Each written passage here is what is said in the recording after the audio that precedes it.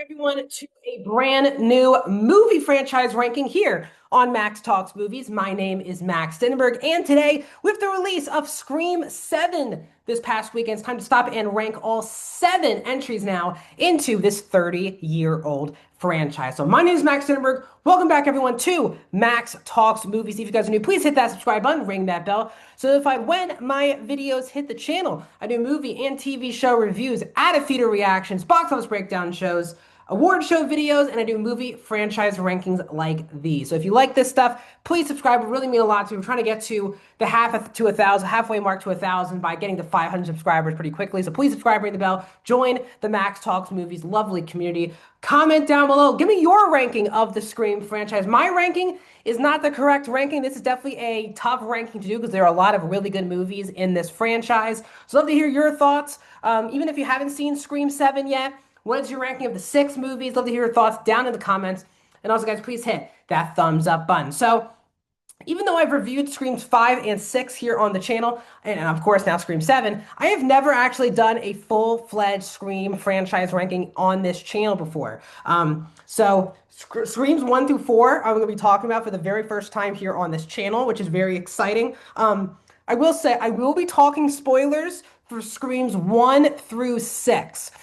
Because I'm doing this ranking video the day after Scream 7 hit theaters, I am not going to give any spoilers at all, even hint at spoilers for Scream 7. I know a lot of people out there like to watch my movie franchise rankings before they go see the movie, and then that's how they kind of base on if they want to go see the movie or not. So, without further ado, guys, let's get started with my Scream franchise ranking. And starting at number 7, guys, for me, is sadly Scream 7. This is the only movie on this list I would give a below average grade to. I gave it 2 out of 5 stars on my review, and I stand by it after sleeping on it the last couple of nights. There are definitely some redeeming qualities with the movie. It has some of the gnarliest kills that we've seen so far in the Scream franchise. Neve Campbell, I think, really does bring it in this movie. And where they take her character makes sense. On how sheltered she is, how protective she is of her daughter. The hijinks of this is really happening to me again. I thought Courteney Cox, while not in the movie a lot and not utilized well, she was good. Our returning cast members were good. I like Joel McHale as well as Mark, Sydney's husband. The problems here with this movie all lay within this script. The production drama got out of control for this movie. So they brought back, obviously, Kevin Williamson, who's the creator of the Scream franchise, to come back and write, and not just write, but direct this film. And I think this movie just feels bland and missing that creative, fresh spark. And that's tough because Scream is one of the most unique, original horror franchises of all time. Each film is about being meta, being self-aware of society, Hollywood, horror movies, what's like being in a horror movie. That's why the Scream franchise always has stood the test of time. But this movie, I think, has some of the worst self-aware meta elements out of the entire franchise. This movie is trying to tackle AI, and I didn't find it to be that interesting because the movie doesn't have anything really to say about it other than that characters are using it in the movie. I think I didn't, even though I understood the dynamic between Sydney and her daughter Tatum, Tatum was a really annoying character. I think Isabel May probably is a solid actress based on what I've been hearing from people. People like her a lot outside of this film. That I really tend to blame the script. Her character is so annoying because she makes insanely stupid decisions as the movie goes along. I think it's the worst ghost face or ghost faces that we've seen in the entire franchise. They try to throw a wrinkle in there to make you guessing, but when the reveal or reveals happen, you're like, really? That's what we're setting up to? The motives were uninteresting. This was the most deflated I've been ever watching a Scream movie. It's not an all-time bad movie. It's not going to be one of the worst movies I've seen of the year, but it is the worst film in this franchise. Coming in, guys, at number 6 for me is Scream 3. This is still, even though I think coming into Scream 7, people always had this as the worst Scream movie. I still have fun with Scream 3. I still think it's a very mediocre, run-of-the-mill Scream movie, and I think there's a couple issues that I'll get into with that, making it a kind of a mixed bag for me on the whole. Things that I liked about it, because of the Nev Campbell scheduling conflicts with this movie, they focused a lot more on Dewey and Gale, which I like 'cause I love Dewey and Gale and their dynamic. They had a lot more to do in this movie. I love that the meta nature of this movie is we're actually on a Hollywood set and people who are making a stab movie are dying left and right. I really love the Jenny McCarthy kill scene where she's in the costume with all the Ghostface costumes and there's one hiding right behind her. Always really like that. See, I think Parker Posey is also so entertaining in this movie, playing she's in the Stab movie. She's gonna be playing Gale, and they're kind of stuck together towards the third act of the movie. I thought they were a really entertaining duo. The cast again is really stacked. I think people don't realize how many people are in this movie when you have Patrick Dempsey and Lance Hendrickson and Emily Mortimer and Parker Posey and Liev Schreiber as Khan being the opening kill scene. I also thought made a lot of sense. There are some elements I just don't like about this movie. I think it's extremely lazy with its we're the end of a trilogy movie where they lazily have Randy, who randomly made a tape during Scream 2 to tell everyone if he died in Scream 2, this is what's going to happen in Scream 3. I thought it was a lazy and an excuse to why stupid things were kind of happening during the movie. The biggest issue is this film is tackling Maureen Prescott. We're diving deep into her backstory, what she did before she moved to Woodsboro, and I just don't care. Maureen was a character that was introduced as someone who was killed by Billy and Stu in Scream 1. And this movie introduces that the fact that not just is there another killer, it's, Roman, who is the half brother to Sidney, but he's also been the mastermind the whole time. He's the one who set the table for Billy and Stu to make these killings. That I didn't love. Again, Roman didn't really care for the reveal. I just didn't care about the Maureen Prescott in Hollywood, the backstory, the mystery of that. While I don't like the ghost face reveal, I still respect that this is the only film in the franchise where there's one ghost face killer. The remainder of the films, I'm not gonna say how many are in Scream 7, but up until Scream 6, this was the only film with one ghost face killer. And I still wish in more films they do that. But on the whole, I think it's a mixed bag for me. There's some really redeeming elements. Sidney doesn't feel like she's really in this movie until the last 40 to 30 minutes of the film. So I think there could have been, you can tell there were some production issues as well here on Scream 3. Coming in number 5 for me is, let me find it, it is Scream 6. This is a film I liked a lot more when I saw it in the theater. Watched it again a year ago for the second time. I was like, I don't like it as much, but I still think it's a really excellent Scream movie. I am becoming way more mixed on the movie. I still like Scream 6. I still think it's a good Scream movie. I think the first two acts of this movie are really strong here. Where we're in college now, just like Scream 2. But everyone thinks Sam is the one who killed all these people. It's been revealed that she's the daughter of Billy Loomis. And the way they use social media is very accurate because people make up things out of the blue in today's society. And it's not as far-fetched for people on social media to think that she was the one who killed him, especially with the way she killed Richie and her backstory. Not that obviously it's true, but I thought the element of Sam dealing with not just pressure from herself and the demons of being Billy's daughter, but now the pressure of society now that's been put on her. Obviously, I'm a big fan of the core four, Sam, Mindy, and Chad. Just a great foursome there.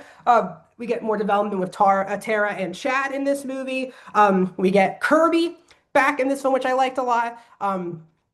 There are definitely some interesting kill scenes with the subway sequence, which I think is really good. The opening sequence where Samara Weaving gets killed by Tony Revolori's character. And you're like, oh my God, they're already revealing the Ghostface killer. But then he dies. I thought it was a really good intro to the movie. I think New York and that element, downtown New York, was a different look, which I liked for this film. The issue here is the third act is atrocious in this movie. I never really loved the ending to this movie when I saw it the first time, but I honestly hate the ending the more I watch it. It makes sense that it's Richie's family who is killing everyone and wants revenge for Sam and her family. The problem here is the execution is really poor, and there are some good actors who were the Ghostface killers, but they were hamming it up too much. It was kind of a cartoonish, over-the-top sequence.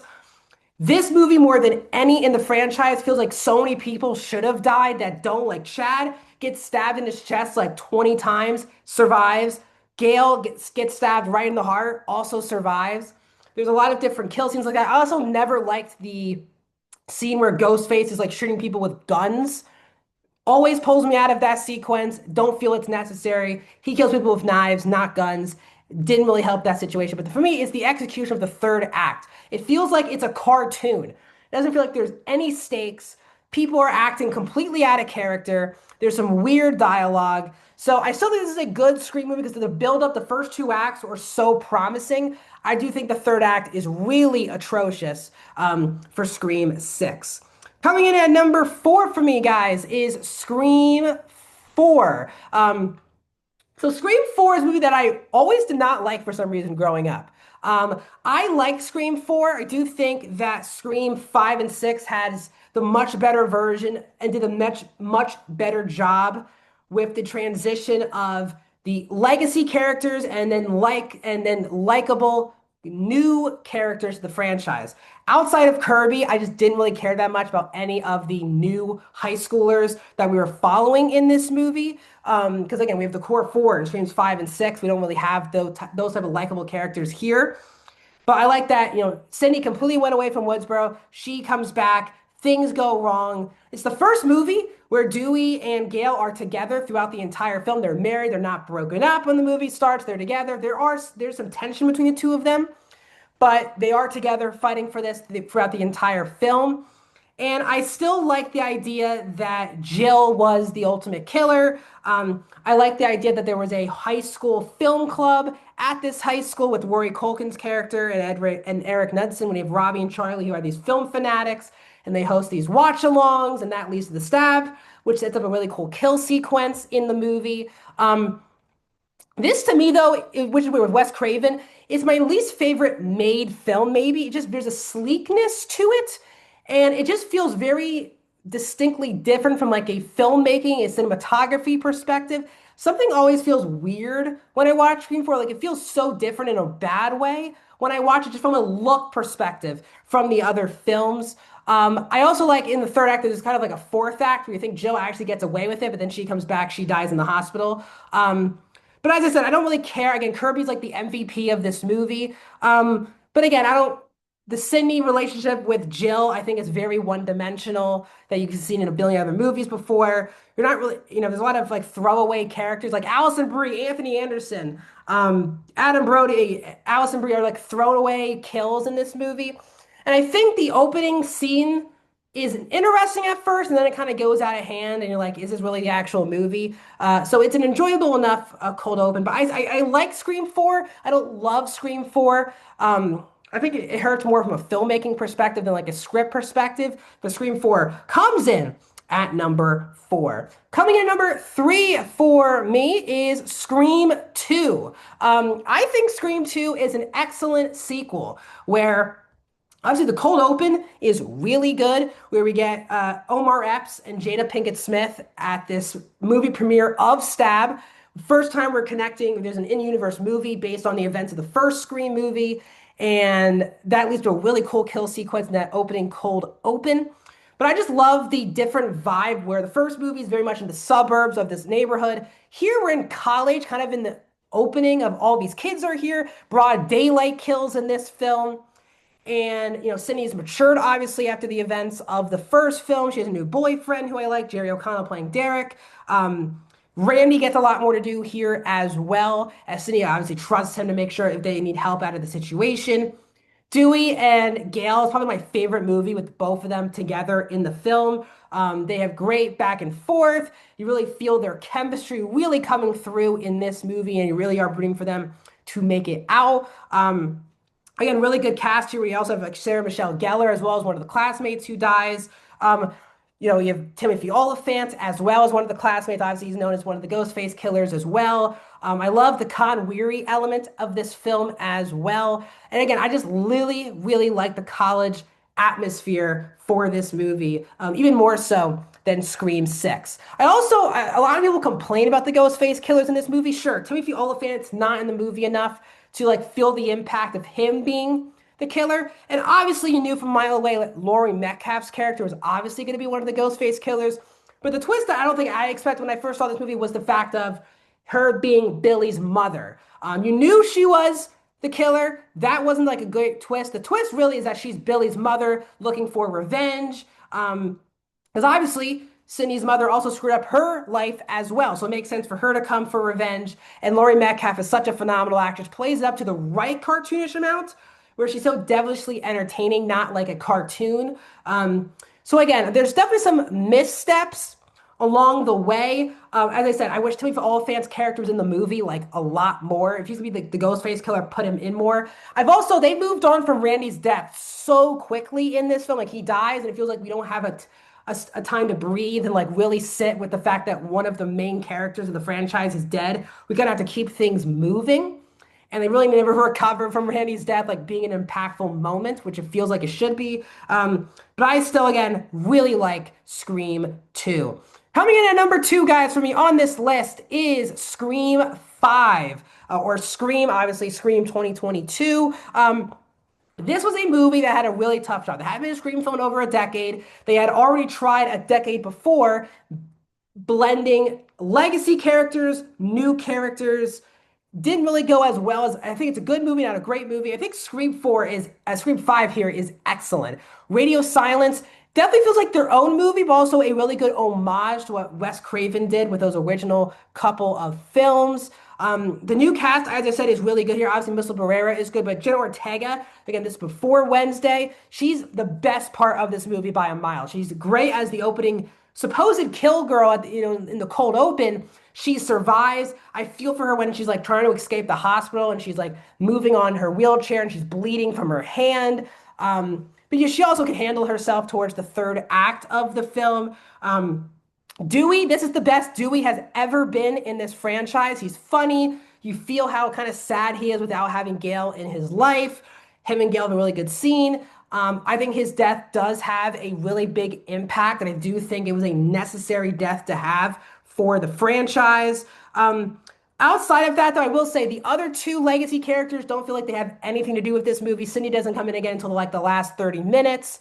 Gale also does. Her and Gale just don't feel nearly as impactful to the actual story as Dewey. I'm not saying that because Dewey dies.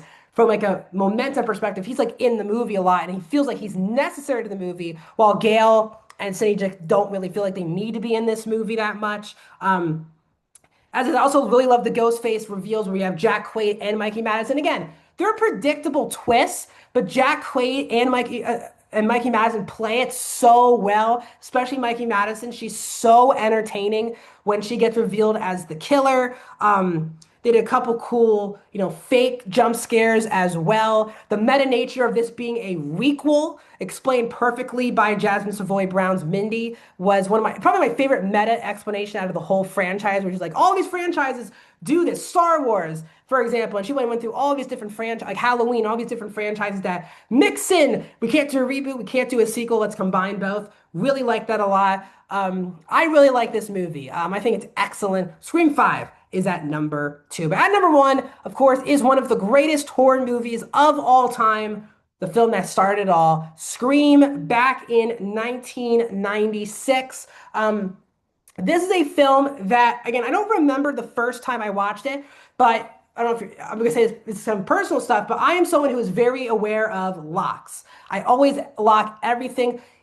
Even if I have family or friends in the same room, like for example, if I gotta go to the bathroom, I lock the door. Like I don't even risk anything happening to me. I think I've been that paranoid with locks because of the first Scream movie. It is a film that obviously is very meta, very self-aware, has a high school bunch of characters that you do care about. And when you have Tatum and Sydney and Stu and Billy, they are a great five-person group that you're following throughout the entire film. It's a unpredictable film because you don't know if there's one killer, if there's two killers, if there's a lot of killers. The Drew Barrymore element still has tested time as one of the best opening scenes in a movie ever made because she was by far the most famous person in this ensemble. She was front and center on the poster. Kill her off right away. Makes you know that anyone can die. Anyone that is a threat to be killed off. The intensity is great. The blossoming of that Dewey and Gale relationship is really good here. Dewey's really adorable when he's around Gale. in this movie. Skeet Ulrich and Matthew Lillard are fantastic here. And now Neve Campbell plays one of the most iconic characters in horror history as probably the best final girl ever as Sidney Prescott because she's a badass. She can handle herself. She's not this, girl in distress the entire movie. She's excellent here. Tatum's death is so gruesome in the garage. The Halloween scene where Randy's explaining everything to everyone, and I won't go. You'll never say you won't come back. And Matthew Lillard delivers that line. I'll be right back. It's such a great line.